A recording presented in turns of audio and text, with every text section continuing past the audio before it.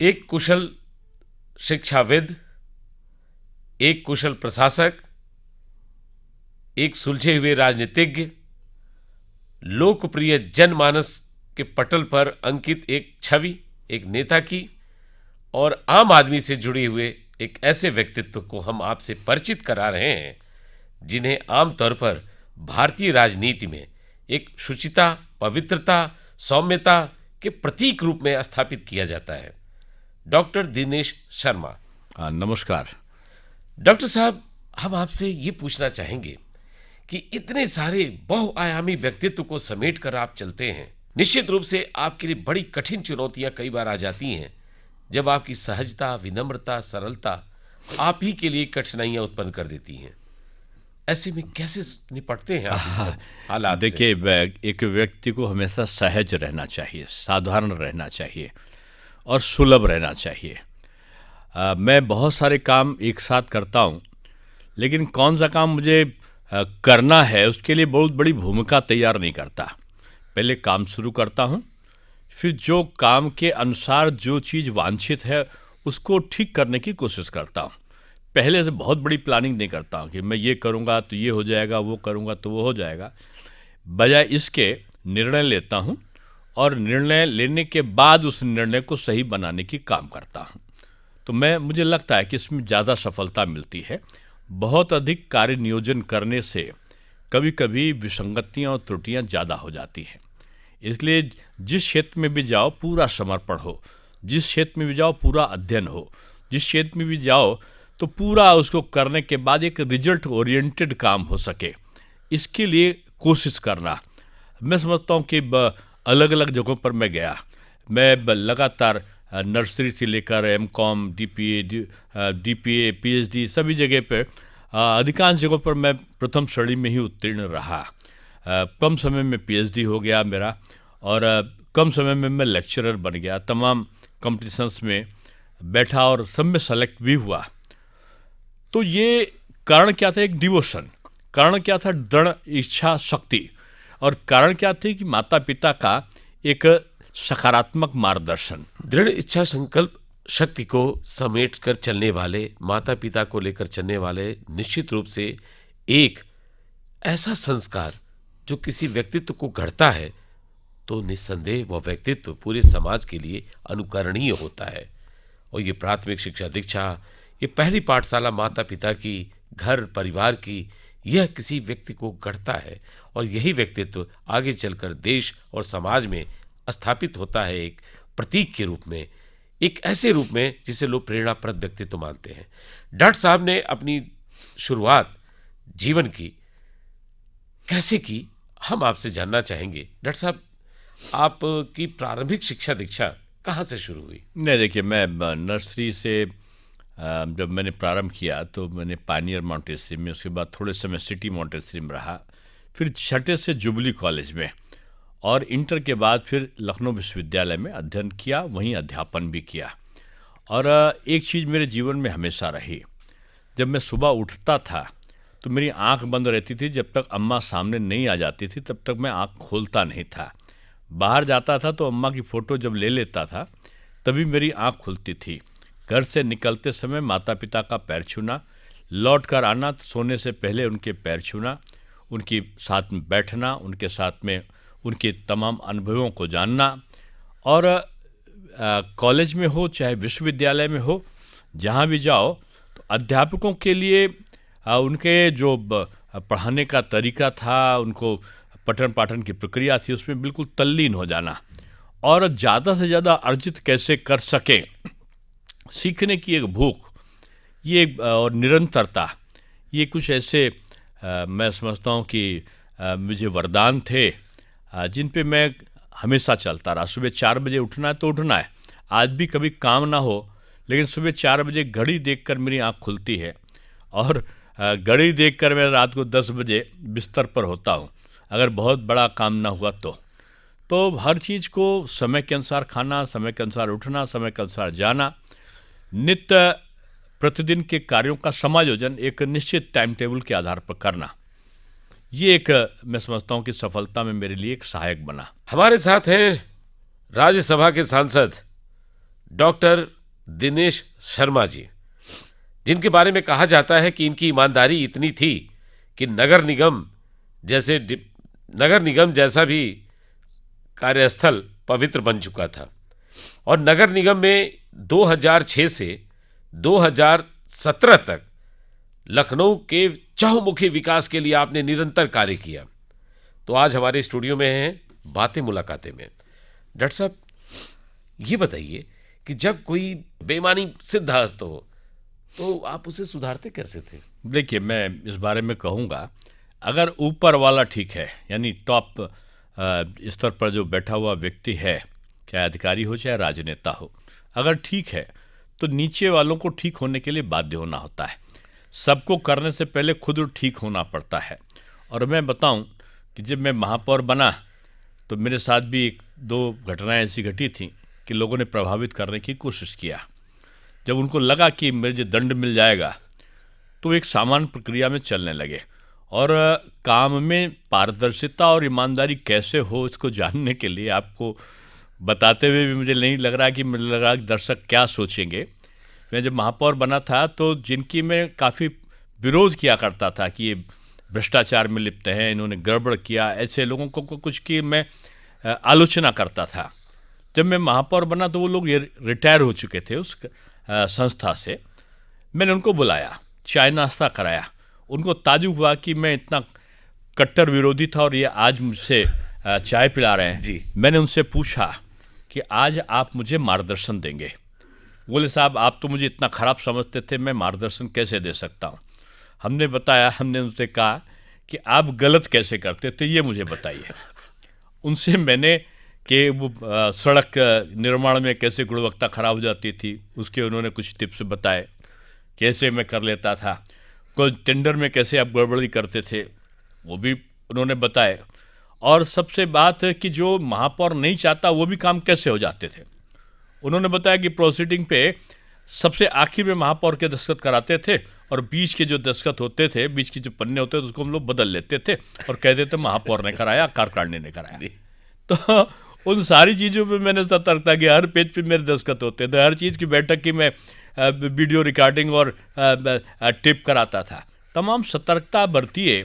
और जो बहुत सारी चीज़ें कागज़ पे चल रही होती हैं उनको भी अगर आप निरीक्षण करें, स्थल निरीक्षण करें, कर्मचारी कहाँ है तो उनका साहब में फलाना जगह पे है, पता चला थोड़ी देर बाद स्वयं पहुंच गया।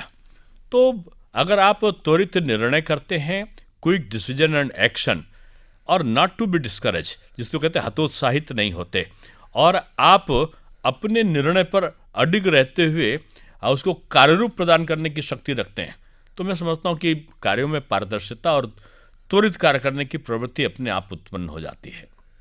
त्वरित कार्य करना, निर्णय तुरंत लेना और पारदर्शिता के साथ हर चीज़ को रखना, ये बहुत बड़ी एक पूंजी है ईमानदारी की।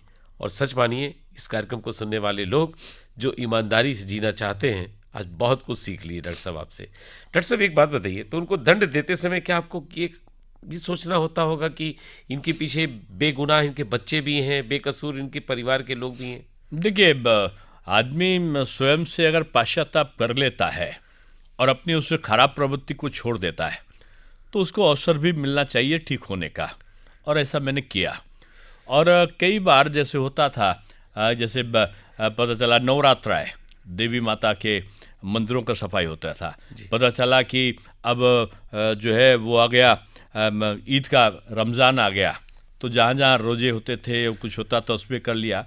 पता चला कि आपका बीच में यहाँ पर मुहर्रम का वो होता है, सारी मस्जिदों के आसपास सफाई होती थी, गैंग लगता था। यानी धर्म में, काम में भी, मंदिरों में श्रावण आ गया तो श्रावण मुझे बहुत प्रिय था। और श्रावण में हम लोग शंकर भगवान की मंदिरों की सफाई, आसपास का वातावरण बिल्कुल शिवमय हो जाए, उसकी भी चेष्टा करते थे। तो जो जनता से जुड़े हुए विषय होते थे कि मुहर्रम में बदला कि गंदगी हो गई तो मुस्लिम नाराज हो गया, ईदगाह के समय खराबी हो गई तो वो नाराज हो गया, रामलीला के समय अगर रामलीला या देवी जागरण के समय स्थल खराब हुए तो वो हो गया, श्रावण में भगवान शंकर के आसपास गंदगी का माहौल रहा, बरसात का समय रहता था, तो मैं उसमें बहुत ज़्यादा ध्यान देता था। तो उससे क्या होता था कि जनता से जुड़े हुए विषयों पर तो बहुत ही सकारात्मक होता था। कहीं कहीं मैं मंदिरों में पहुंचता था तो वो लोग तो अपने आप से बाजा बजा देते थे शंकर भगवान पे, या सावन का महीना पावन करे जोर, इस प्रकार का गीत बजा दिया करते थे। डॉक्टर साहब, पूरे उत्तर प्रदेश में खासतौर से उच्च शिक्षा विभाग में या शिक्षा विभाग में एक बिल्कुल परिवर्तन, ऐसा परिवर्तन दिखा जिसको हम कह सकते हैं कि चमत्कारिक परिवर्तन दिखने लगा था जब आप आए। चाहे वो सर्व शिक्षा अभियान हो या माध्यमिक शिक्षाओं का के स्तरोन्नयन की बात हो, नकल का था, या उच्च शिक्षा वाली बात हो, या नकल रोकने की बात हो, तो ऐसे में डॉक्टर साहब कैसे कुछ किया आपने, कैसे ऐसी रणनीति बनाई कि लोग आज भी आपका नाम लेते हैं सम्मान के साथ? देखिए, मैं शिक्षा मंत्री था। शपथ लेकर जब मैं निकला, दूसरे दिन तब हाई स्कूल और इंटर की परीक्षा चल रही थी। मैंने देखा एक विद्यालय से आधा मेटाडोर भरकर वहाँ से नकल सामग्री निकल रही। मैंने निश्चय किया कि नकल नहीं होगी। नकल नहीं होगी का मतलब था कि उत्तर प्रदेश में नकल माफियाओं का वर्चस्व था। माफिया बहुत सारे राजनीतिक भी, मैं कहूँगा प्रशासनिक अधिकारियों सबके स्कूल हुआ करते थे। कैसे निर्णय होगा? पता लगा कि 20,000 17-18,000 ऐसे परीक्षा केंद्र हुआ करते थे, नकल के अड्डे बन चुके थे। मैंने कठोरतम निर्णय लिया कि मैं यहाँ पर सुधार करूँगा, लेकिन बिल्डिंग खराब है। पता चला कि वहाँ पर कोई फंड नहीं हमारे पास। मैंने निकलवा के देखा कि कैसे सुधार कर सकते हैं, तो 1 अरब 30 करोड़ का एस्टीमेट आया जी। सरकार के पास पैसा नहीं इतना था। हमने निश्चय किया करूँगा। अब कैसे करूँगा? मैंने आदरणीय मुख्यमंत्री जी से निवेदन किया कि केवल आपका मार्गदर्शन और आशीर्वाद चाहिए, बाकी मैं निर्णय लूँ तो ये मान के चलिएगा मैं गलत नहीं रहूँगा। अगर जिस दिन गलत लगे मुझे 1 2 3 कर दीजिए, लेकिन मैं निर्णय करूँगा, बदलूँगा नहीं। और फिर मैंने कठोरता से निर्णय लिया कि एक तरफ फिर से मैं कह रहा हूँ कि ये मेरे लिए हास्यास्पद है। मैंने अपने अधिकारियों को शिक्षा विभाग के बैठाला, एक तरफ STF की पुलिस को बैठाला, दूसरी तरफ मैंने वही प्रयोग किया जो मैंने नगर निगम में किया था कि जो नकल कराने वाले पुराने कुख्यात लोग थे, जो कभी कोई जेल से छूट के आया, कोई कहीं से आरोपित हुआ, रिटायर हो गया, उनको मैंने बैठाला। हमने कहा आज तुम मार्गदर्शन करोगे कैसे नकल कराते थे। अपने अधिकारियों से कहा इसके उपाय ढूंढो, और पुलिस को कहा कि इसमें आप इसके काट सोचिए कैसे होगा। और एक एक विषय बनाते थे कि कॉपी को हम कैसे बदल लेते हैं, ऊपर का पन्ना बदला, अंदर से सब बदल लेते। हमने हर पेपर, हर कॉपी के पन्ने पर डिकोडिंग करा दिया। उनका कि पर्चा हमें एक को नहीं भी आउट होता तो ऐसे चला देते हैं, और पूरे प्रदेश में 60 लाख विद्यार्थी मिलता है, पर पता चला पेपर आउट हो गया। हमने उसमें फिर क्या किया कि हमने एक ग्रुप बनाया, एक एक पेपर के 7-7 सेट छपवाए, उनका क्रम बदले, और 4-4 जिलों में 3-3 जिलों के ग्रुप बना के उनमें एक सा पर्चा आएगा, फिर 4 जिलों में दूसरा आएगा। यानी अगर आउट होने की स्थिति आती है तो सब जगह ना हो कि कुछ केंद्रों पर ही हो। तमाम चीज़ों को सुधार करते समय हमने CCTV कैमरा के लिए कहा। अब पैसा कहाँ से आए? तो उस समय हमने कहा कि जिन 3 महीने का समय है, जो लोग CCTV कैमरा जिन कॉलेज में लगेगा, जिनमें CCTV कैमरा वॉइस रिकॉर्डिंग के साथ होगा, जिसमें फर्नीचर इस मापन के होंगे, लेटरिन बाथरूम जेंट्स और टॉयलेट होगा, लेडीज टॉयलेट होगा, जिसमें कंट्रोल रूम बनाने का कमरा होगा, फर्नीचर होंगे, और चारों तरफ 4 दीवारी होगी, और जनरेटर इन्वर्टर होगा। वहीं पर हम परीक्षा केंद्र देंगे। 3 महीने में जो कर लेगा उसको देंगे। अब आप देखो कि ना मेरा पैसा, सब उन्हीं का पैसा, सब लगा रहे थे, और लगा के खटाखट 3 महीने में सबने तैयार कर दिया। तब मैंने कहा कि परीक्षा केंद्र में अब ये होगा कि स्व केंद्र नहीं होंगे।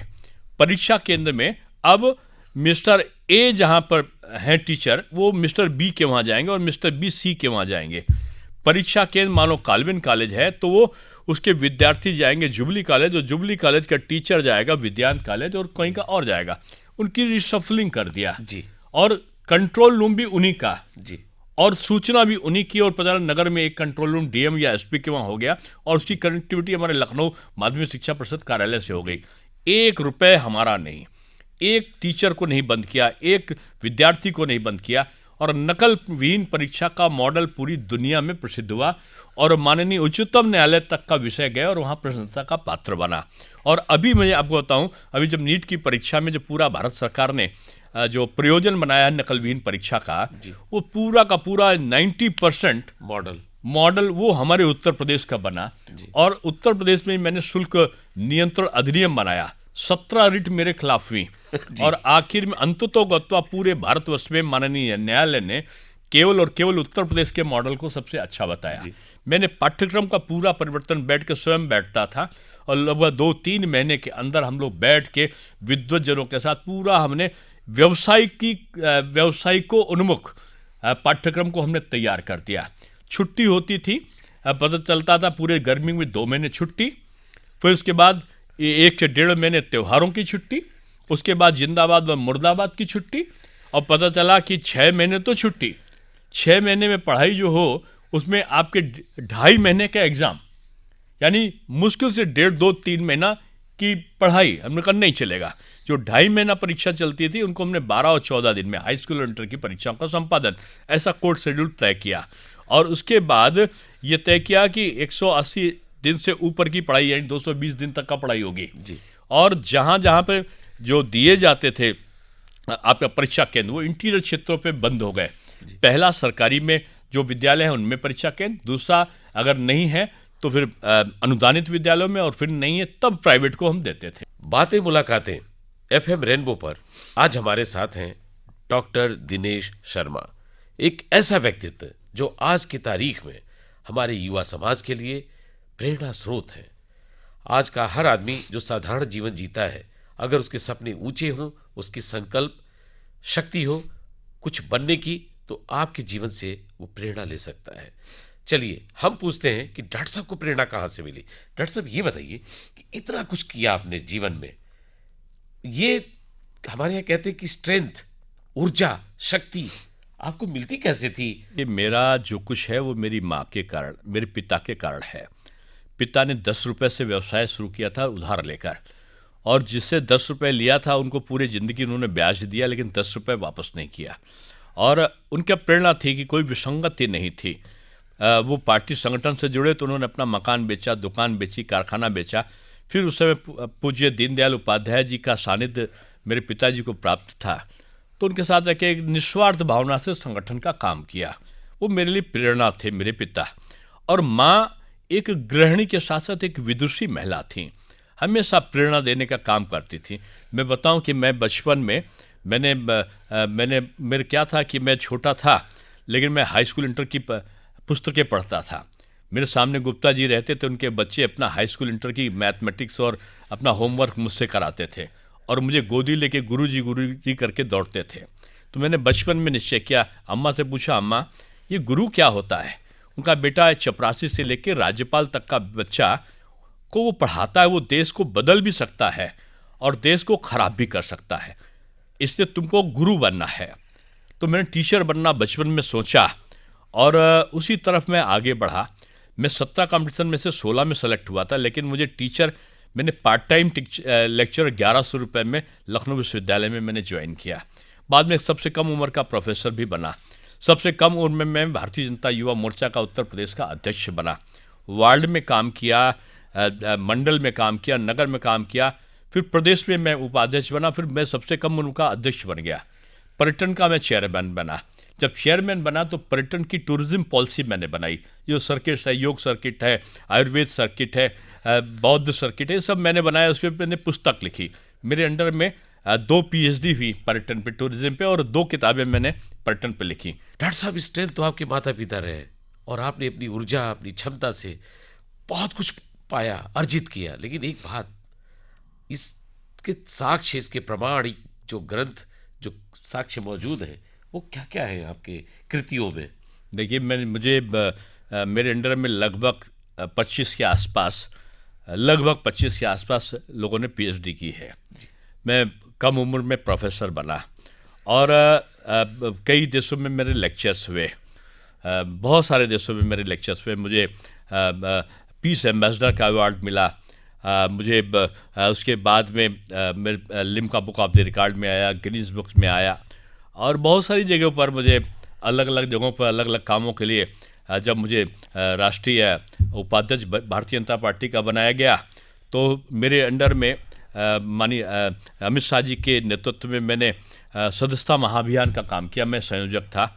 और उस समय पूरी दुनिया की सबसे बड़ी पार्टी बनी और गिनीज बुक में नाम आया। और कई चीज़ों को, ऐसे 4 मेरे पास में विभाग थे उप मुख्यमंत्री में, तो 3 विभाग मेरे भारतवर्ष में नंबर 1 पे आए। तो जहाँ भी रहा वहाँ मन से काम करने का।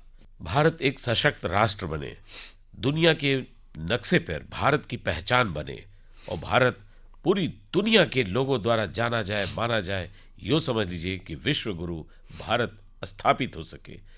ये कार्यक्रम सुनने वाले तमाम युवा जिनको जागृत करना है आने वाले कल के लिए, जहाँ ना जातिवाद की दीवार हो, ना धर्म का कोई विचार किसी को उद्वेलित करता हो, बल्कि हम सब मिलके एक ऐसे राष्ट्र की संकल्पना को साकार करें जहाँ सब कुछ हो, सारी विकास की सारी प्रक्रियाएं विकसित भारत को देख रही हैं।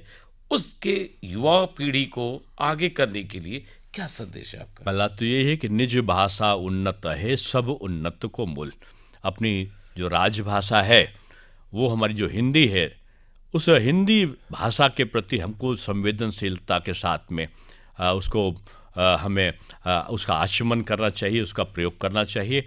और दूसरा मैं कहूँ कि कस्तूरी कुंडल बसै मृग ढूंढत वन माय, ऐसे घट घट राम हैं दुनिया देखत नाय। राम कणों में व्याप्त हैं, राम वहाँ है जहाँ सत्य है, राम वहाँ है जहाँ धर्म है, राम वहाँ है जहाँ लोक कल्याण की भावना है, राम वहाँ है जहाँ सबका हित चिंतन का भाव है।